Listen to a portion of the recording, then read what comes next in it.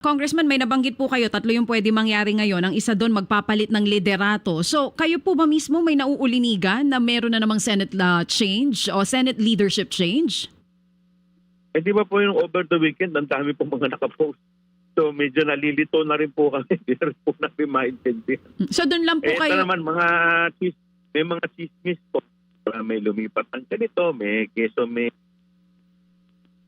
Oo. So, Congressman, doon lang din kayo nakabase sa mga balita po na naririnig ninyo. But personally, May mga doon ganyan ba? Pero lahat naman po yan, pure balita lang, no? Wala namang confirmation. walang kasiguraduhan. Wala po kayong naririnig Wala sa po. inyong mga Tweety Bird na mga kaalyado halimbawa sa Senado kung sakali mang meron kayo nakakausap, kung meron talaga na niluluto na kung ngayong araw?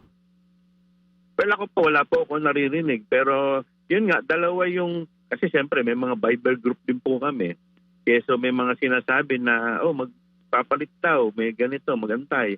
May nabawasan pa yung ano natin, yung jam natin, nabawasan pa, meron pang tumawid sa kabil. Para may mga ganong may mga, kaya lang lahat puro chismis hanggang ngayon Okay. Sa Viber group nyo po kanyo, may mga naririnig kayo. Sino daw po ang maugong na posibleng pumalit kung totoo mang may Senate kumamaya? Ikaw talaga, Chacha. Nagtatanong Wala lang po, po, nagtatanong.